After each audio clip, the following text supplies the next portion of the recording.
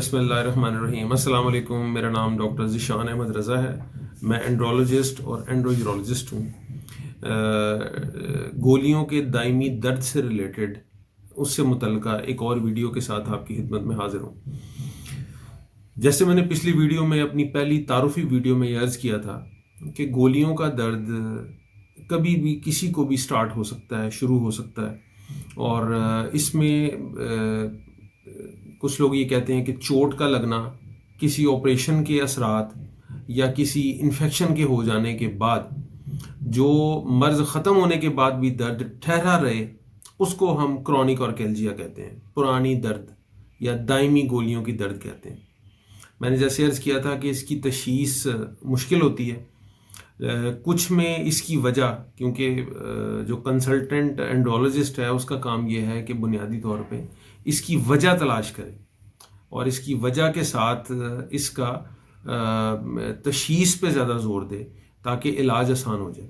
اب اس میں کچھ حالتوں میں، کچھ مریضوں میں تو یہ وجہ بڑی آسانی سے مل جاتی ہے، کچھ میں اس کی وجہ کو ڈھونڈنا مشکل ہوتا ہے۔ اس کی وجہ یہ ہوتی ہے کہ اصل بیماری ختم ہو چکی ہوتی ہے اور اس کے اثرات باقی بچ گئے ہوتے ہیں۔ یہی مشکل ہوتی ہے کہ بھئی ہمیں پتہ لگایا جا سکے کہ کس وجہ سے درد ہو رہی ہے، کیونکہ اصلی بیماری ختم ہو چکی ہوتی ہے۔ تو اس میں ہم ان کی وجوہات کو اس میں ویڈیو کے اندر ڈسکس کروں گا۔ تو ان کی جو وجوہات ہیں اس کو ہم دو حصوں میں ڈیوائیڈ کر لیتے ہیں۔ ایک تو وہ گولی کا درد، گولی کا وہ ٹھہرا ہوا درد، پرانا درد جس میں کوئی وجہ نہ مل سکے، یعنی آپ نے اس کا معائنہ بھی کیا ہے، آپ نے اس کو الٹرا ساؤنڈ بھی کرایا ہے، آپ نے اس کے دیگر ٹیسٹ بھی کرا لیے ہیں، لیکن درد موجود ہے اور وجہ نہیں مل سکی۔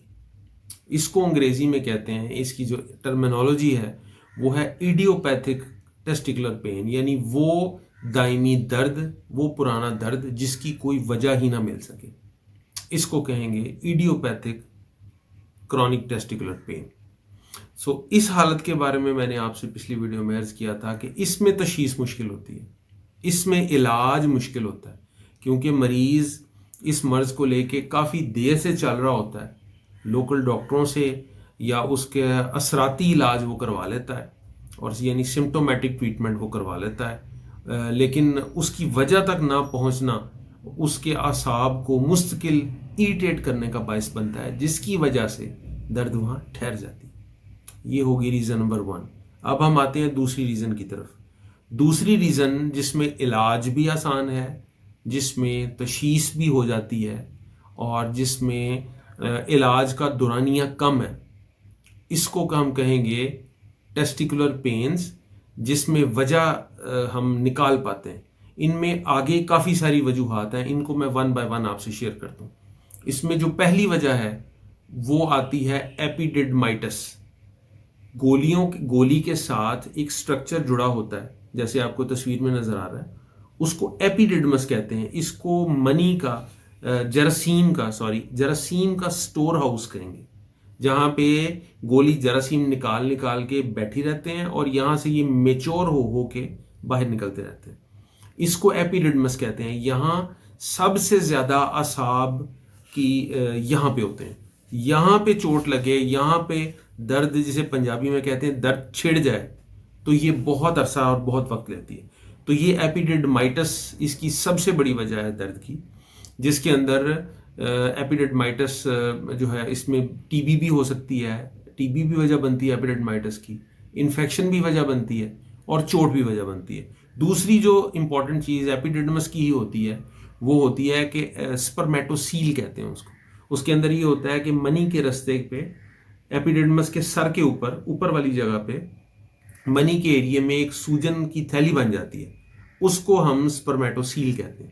یہ بھی درد کی باعث بنتی ہے، لیکن یہ ایپیڈیڈمائٹس سے کم ہوتی ہے یہ ایپیڈیڈمس ہی کی کنڈیشن، لیکن ایپیڈیڈمائٹس سے کم اثر ڈالتی ہے یہ، اور کم وجہ بنتی ہے گولی کی۔ تیسری اہم چیز جو ہے وہی ہے ویریکوسیل۔ ویریکوسیل سے گولی میں ہر وقت بوجھ رہتا ہے، گولی ہیوی رہتی ہے، لٹکی رہتی ہے، جس کی وجہ سے اعصاب کھنچے رہتے ہیں، اور وہ یہی وجہ ہے جو کہ گولی میں درد ٹھہر جاتا ہے۔